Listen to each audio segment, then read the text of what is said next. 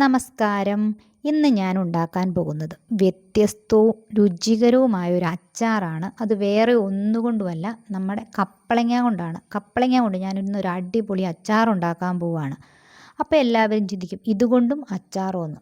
അങ്ങനെ ചിന്തിക്കുന്നവരെ ഈ വീഡിയോ മുഴുവനായിട്ടൊന്ന് കണ്ടു നോക്കുമ്പോൾ അറിയാം നമുക്ക് ഈ കപ്പളങ്ങ കൊണ്ടും നല്ല അടിപൊളിയായിട്ടൊരു അച്ചാർ ഉണ്ടാക്കാമെന്ന്.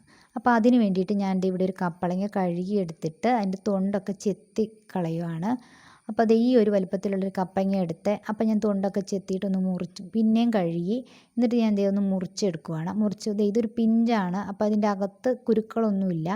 അപ്പം ഞാൻ ഇത് എങ്ങനെയാണ് അച്ചാറിന് വേണ്ടിയിട്ട് അരിയുന്നതെന്ന് കാട്ടിത്തരാം. അപ്പോൾ ഇങ്ങനെ ഈ കപ്പളങ്ങ ഇങ്ങനെ പീസുകളാക്കിയിട്ട് നമ്മൾ ചെറിയ ഇതായിട്ട് അച്ചാറിന് വേണ്ടിയിട്ട് അരിഞ്ഞെടുക്കണ്ടേ. അപ്പോൾ അതെ ഇതുപോലെ ആക്കിയിട്ട് നമ്മൾ വീണ്ടും ഇതിന് ചെറിയ പീസുകളായിട്ട് മുറിച്ചെടുക്കണം. അപ്പോൾ ഈ ഒരു വലിപ്പത്തിൽ, ഇതിൽ ഇച്ചിരി കൂടി വലിപ്പം കുറഞ്ഞാലും കുഴപ്പമില്ല. അപ്പോൾ ഈ ഒരു വലിപ്പത്തിലാണ് നമ്മൾ അരിഞ്ഞെടുക്കേണ്ടത്. അപ്പോൾ ഞാൻ ഇങ്ങനെ ആ കപ്പളങ്ങ മുഴുവൻ അരിഞ്ഞെടുത്തു. ഇതുപോലെ അരിഞ്ഞ് ബൗളിനകത്താക്കി വച്ചു. ഇനി ഇതിനകത്തേക്ക് വേണ്ട മറ്റ് സാധനങ്ങൾ എന്ന് പറയുന്നത് ഇഞ്ചി ചെറുതായിട്ട് അരിഞ്ഞത് വേണം, വെളുത്തുള്ളി അല്ലികളാക്കിയത് വേണം, കറിവേപ്പില വേണം, പിന്നെ പച്ചമുളക്. ഇത്രയും സാധനങ്ങളാണ് നമുക്ക് അച്ചാറിന് വേണ്ടിയിട്ട് ഞാനിവിടെ എടുത്തു വെച്ചിരിക്കുന്നത്. ഇനി അടുത്തതായിട്ട് നമ്മൾ ചെയ്യാൻ പോകുന്നത്, ഒരു ചെറിയ പാൻ എടുത്ത് ചൂടാക്കാൻ വച്ചിട്ട് നമ്മളിനി അതിനകത്തേക്ക് അല്പം കടുകും ഉലുവയും ഒന്ന് പൊട്ടിക്കണം. അതിന് വേണ്ടിയിട്ട് ഞാൻ ഒരു സ്പൂൺ കടുകും ഒരു സ്പൂൺ ഉലുവയും എടുത്ത് രണ്ടും, ഇപ്പം ഇത് മാത്രമേ ചെയ്യുന്നുള്ളൂ. അപ്പോൾ ഇത് ഞാൻ വേറെ എണ്ണയൊന്നും ചേർക്കുന്നില്ല. ഇത് ഒന്ന് ചൂടാക്കി പൊട്ടി വരണം. അപ്പോൾ അതുവരെ ഞാനൊന്ന് ചൂടാക്കി എടുക്കുവാണ്. അപ്പോൾ ഇത് രണ്ടും ഒന്ന് പൊട്ടിക്കഴിഞ്ഞിട്ടാണ് നമ്മളിനി അടുത്തതായിട്ട് ചെയ്യേണ്ടത്. അപ്പോൾ ഇത് പയ്യെ ചെറിയ ചൂട്, ഒരുപാട് തീ കൂട്ടി വയ്ക്കരുത്, അപ്പോൾ പെട്ടെന്ന് കരിഞ്ഞു പോകും. അപ്പം നമ്മൾ ചെറിയ തീയിൽ ഇത് നന്നായിട്ടൊന്ന് പൊട്ടണം. അപ്പോൾ ഇത് പൊട്ടി തുടങ്ങിയിട്ടുണ്ട്. അപ്പോൾ ഇത് രണ്ടും നന്നായിട്ട് പൊട്ടി തീർന്നിട്ട് വേണം നമ്മൾ ഇതൊന്നെടുത്ത് മാറ്റി വയ്ക്കണം. അപ്പോൾ അത് പൊട്ടി തുടങ്ങി, ഏകദേശം എല്ലാം പൊട്ടി തീരാറായി. അപ്പോൾ ഇനി നമ്മളിതെടുത്ത് പൊട്ടിക്കഴിഞ്ഞു, ഏകദേശം എല്ലാം ഒന്ന് പൊട്ടി തീർന്നുകൊണ്ടിരിക്കുക. ഇനിയിപ്പോൾ നമുക്കിതൊന്നെടുത്ത് മാറ്റി വെച്ച് ചൂടാറാൻ വയ്ക്കണം. അത് നമുക്ക് പൊടിച്ചെടുക്കാനുള്ളതാണ്. ഇനി നമുക്ക് അടുത്തതായിട്ട് ചെയ്യേണ്ടത്, വേറൊരു പാൻ ചൂടാക്കാൻ വച്ചു. അത് കഴിഞ്ഞിട്ട് നമ്മൾ അതിനകത്തേക്ക് നല്ലെണ്ണ ചേർത്ത് കൊടുക്കണം. വെളിച്ചെണ്ണയല്ല, നല്ലെണ്ണയാണ് നമ്മൾ ഇതിനകത്തേക്ക് ചേർത്ത് കൊടുക്കേണ്ടത്. കാരണം ഈ അച്ചാർ കുറച്ച് ദിവസം കേടുകൂടാതെ ഇരിക്കണമെങ്കിൽ നമ്മൾ നല്ലെണ്ണയാണ് ചേർത്ത് കൊടുക്കേണ്ടത്. അപ്പം ഞാൻ ആവശ്യത്തിന് നല്ലെണ്ണ ഒഴിച്ചു. അതൊന്ന് പയ്യെ ചൂടാവാൻ വെയിറ്റ് ചെയ്യണം.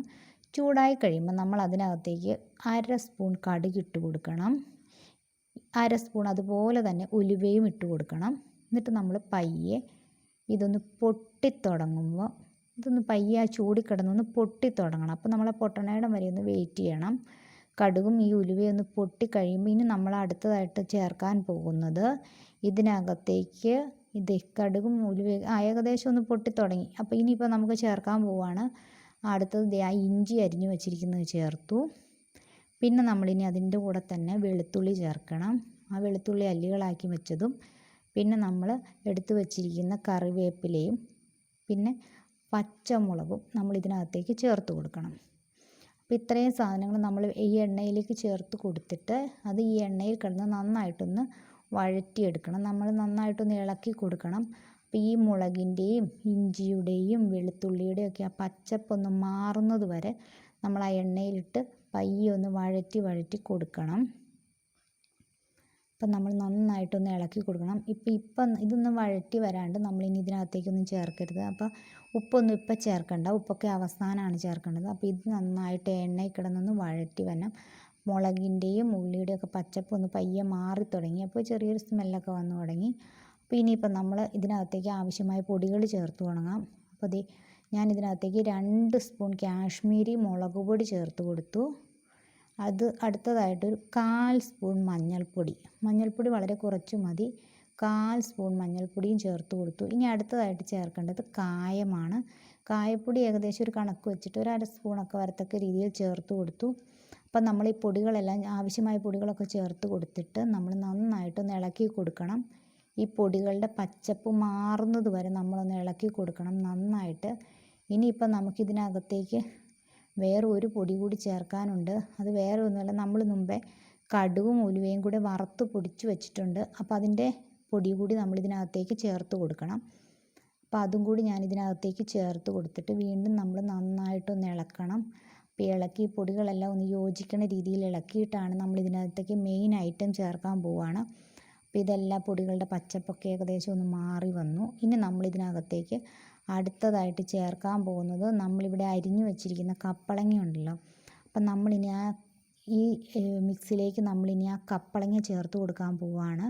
അപ്പോൾ കപ്പങ്ങ നമ്മൾ അരിഞ്ഞു വെച്ചിരിക്കുന്നതും കൂടി ഇതിനകത്തേക്ക് ചേർത്ത് കൊടുത്തിട്ട് നമ്മൾ വീണ്ടും നന്നായിട്ടൊന്ന് ഇളക്കി കൊടുക്കണം. അപ്പോൾ ഏകദേശം നമ്മുടെ അച്ചാറിൻ്റെ ഇതാവാറായിട്ടുണ്ട്, എങ്കിലും കുറച്ചുകൂടി കാര്യങ്ങൾ ചേർക്കാനുണ്ട്. ഇനിയിപ്പോൾ നമ്മളിതിനകത്തേക്ക് ഉപ്പ് ചേർത്തിട്ടില്ല. അപ്പോൾ നമ്മളിതൊന്ന് ഇളക്കി യോജിപ്പിച്ചിട്ടാണ് നമ്മൾ അവസാനമാണ് ഇതിനകത്തേക്ക് ഉപ്പ് ചേർക്കണേ. അപ്പോൾ ഈ മിക്സിലേക്ക് നമ്മൾ ഈ അരിഞ്ഞു വെച്ചിരിക്കുന്ന കപ്പങ്ങ നന്നായിട്ട് ചേർത്തു. നമ്മൾ നന്നായിട്ട് ചേർത്തിട്ട് വീണ്ടും ഒന്ന് ഇളക്കി കൊടുക്കുകയാണ്. അപ്പോൾ ഇതിൽ നമ്മൾ പ്രത്യേകം വെള്ളമൊന്നും ചേർക്കേണ്ട കാര്യമില്ല. നമ്മളിനി ഇതിനകത്തേക്ക് ചേർക്കേണ്ടത് വിനാഗിരിയാണ്. അപ്പോൾ നമ്മളിതൊന്ന് ഇളക്കി മിക്സ് ചെയ്ത് കൊടുത്തിട്ട് നമ്മളിനി അടുത്തതായിട്ട് വിനാഗിരി ഒന്ന് ചേർക്കണം. വിനാഗിരി ഏകദേശം ഒരു 1/2 ഗ്ലാസ്സൊക്കെ വന്ന പാകത്തിന്, കാരണം ആ വിനാഗിരിയാണ് ഇതിനകത്ത് വെള്ളത്തിൻ്റെ സത്തായിട്ട് വേണ്ടത്. അപ്പം ഞാൻ ഇതിനകത്തേക്ക് ഇനി ഇപ്പോൾ വിനാഗിരി ചേർക്കേണ്ട സമയമായി. ഇനിയിപ്പോൾ ഞാൻ ഒരു 1/2 ഗ്ലാസ് പാകത്തിന്, അത് നോക്കി ഏകദേശം ആ ഒരു കണക്ക് വെച്ചിട്ടാണ് വിനാഗിരി ചേർത്തിരിക്കുന്നത്. അപ്പോൾ ആ വിനാഗിരി കൂടി ചേർത്തിട്ട് നമ്മളിത് നന്നായിട്ടൊന്ന് ഇളക്കണം. വീണ്ടും ഒന്ന് ഇളക്കി കൊടുത്തിട്ട് ഇനി നമ്മളിതിനകത്തേക്ക് ഉപ്പ് ചേർക്കണം. ഉപ്പ് നമ്മൾ ആദ്യമേ ചേർത്തിട്ടില്ലാത്തത് കൊണ്ട് നമ്മളിനി ഇതിനകത്തേക്ക് ഉപ്പ് ചേർക്കാൻ പോവുകയാണ്.